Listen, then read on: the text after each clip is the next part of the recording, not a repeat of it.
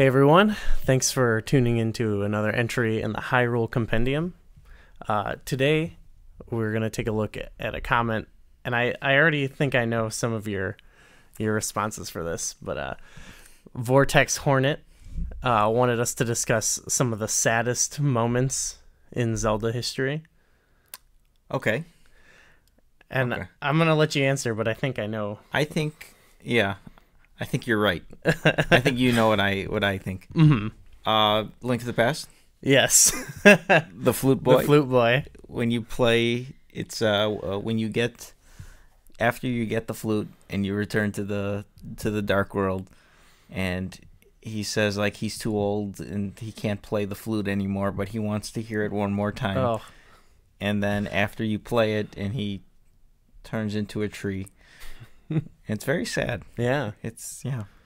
And also, don't you meet one of his father or something like that in the game? Isn't where he asks you to play the song At the bar? Right? bar at the Kakariko Inn, I believe is actually called. Oh, okay. Or Kakariko Bar, whatever it is. Yeah. He gives you like that's like some hints, the storyline hints. Well, that's not as touching. It's more when he turns into a tree. Yeah. And I like the music is more. It's like slowed down a little bit. It's not just the regular flute theme. It's like the the extended one. It's just it's beautiful. You cry every time. Yeah. There's another one I think that I thought you might say from Skyward Sword. Okay, are you thinking of when Link is pounding on the rock? Yeah. After, that's another very moving one. Mm-hmm. Yeah. I think there are some that stick out where a lot of the entire game is sad, I think. Majora's Mask. Mm-hmm. That's the one. I think you can't answer this question without bringing up the Anju and Cafe quest. Mm-hmm. There's various, endings to that one depending on what you do.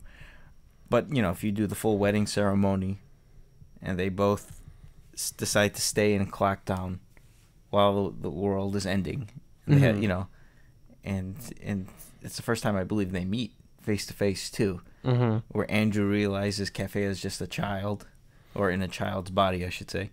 She like falls to her knees and they hug. I also find with that game, not just that story, but a lot of people's problems that you're trying to help them with in that game, you sort of help, but you don't totally fix. Especially with like the transformation masks. Like you're helping, but in a sense, like that you're helping their soul move on, but they're still dead. Right? Yeah. So you're helping like collect the eggs in the Zora area, but all while you're sort of in disguise. So even after you help them, there's like this moment where they must realize, oh, he's gone. Right. That's not actually. Yeah. Same thing with you help the Deku people, and then at the credits they sort of reveal, well, the butler's son is dead. Right. Stuff like that. There's one of the first characters you meet in the entire game, by the way. Yeah. Because it's just like that withered tree, or just hanging out in that portal from Termina to Hyrule. Yeah. So a lot of the game is like just coping with the, like, accepting the death is like the challenge. Yeah, it's a very thematic game because like a lot of these characters don't actually interact with each other ever, and their stories don't even relate to one another, but they all have like it's all wrapped around the same idea. One of them that comes to mind in Majora's Mask, I think it's Pamela, the little girl in Ikana, and her father, who's turned mummified, I guess. And I believe you just have to play the Song of Healing, and that's where you get the what mask? The Gibdos mask. Gibdos mask, yeah. And then he returns to normal, and they hug it out. Anytime anybody hugs in Zelda, apparently it's a sad moment, or a happy moment in a way too. Yeah, that's one of the only ones where it's like at least he's not dead. Right. Like everyone else you interact with in that game, for the most part, is dead. Right. I was thinking, you made me think of that part, the sharp and flat, those brothers. Okay. You know, they're just most people's problems are dealing with beyond the grave. Right. Yeah. There's also, this is a reoccurring theme in the Zelda series about stuff not sure if it's actually happening or if it's in a dream or if it's, the real world. So in both Phantom Hourglass and Link's Awakening, like, stuff just disappears at the end, and like, are those interactions you had like with Link and Marin, did that even happen? Especially, there's a lot of characters in Link's Awakening who there's kind of a sad undertone, but with Marin, the whole point when you have those discussions is, I want to get off this island, I want to do more with my life, essentially, and then you kind of find out was this life that she wanted more out of, was it even real? Right. Yeah. So it's kind of sad when you see these characters who are longing for more. Yeah. Like, are you even more? Yeah. But there's also at the end of Link's Awakening, there's that secret ending. If you beat the game without dying, and you see like Marin in the sky. I don't know what that means, but I guess sort of a happy ending. It's like a memory. Yeah. So Link will,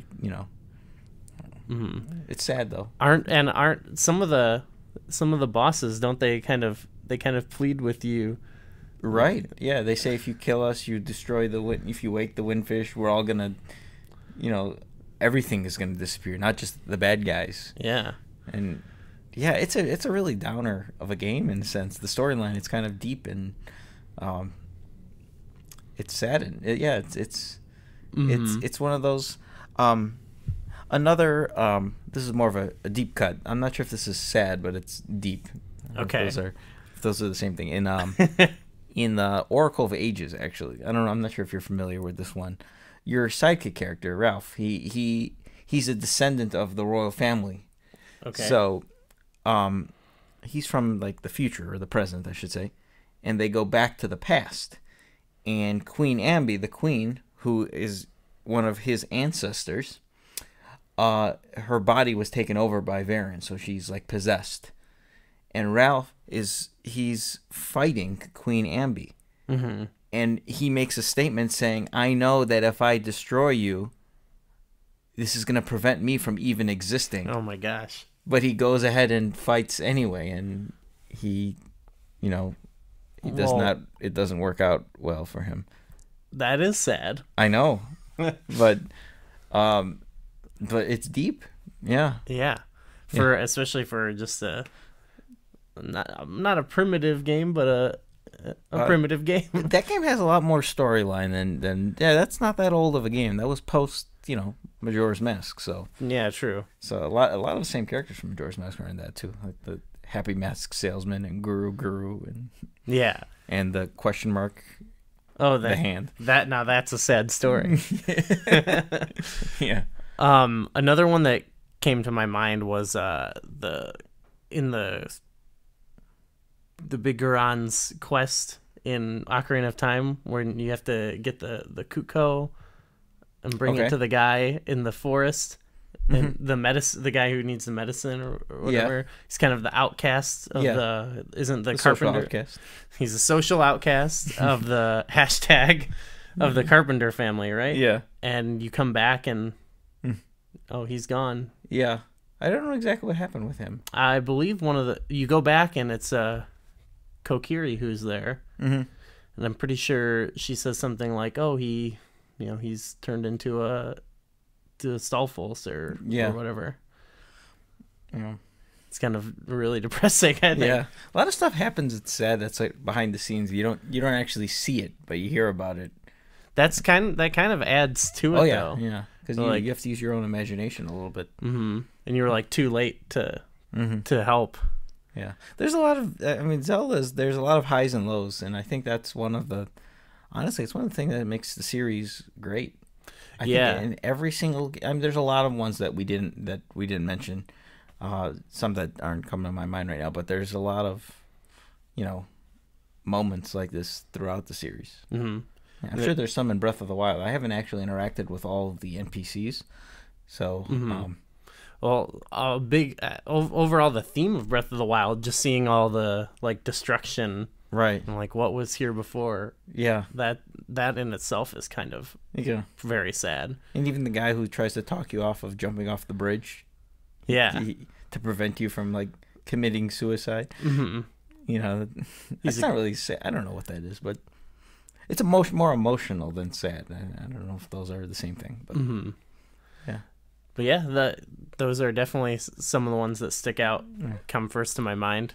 Good question though. Yeah, that's a great question. I'm sure everyone has a pretty good idea. They have some ones we haven't thought of. So be sure to leave those in the comments. Let us know if you want us to talk about anything else. And thanks for watching.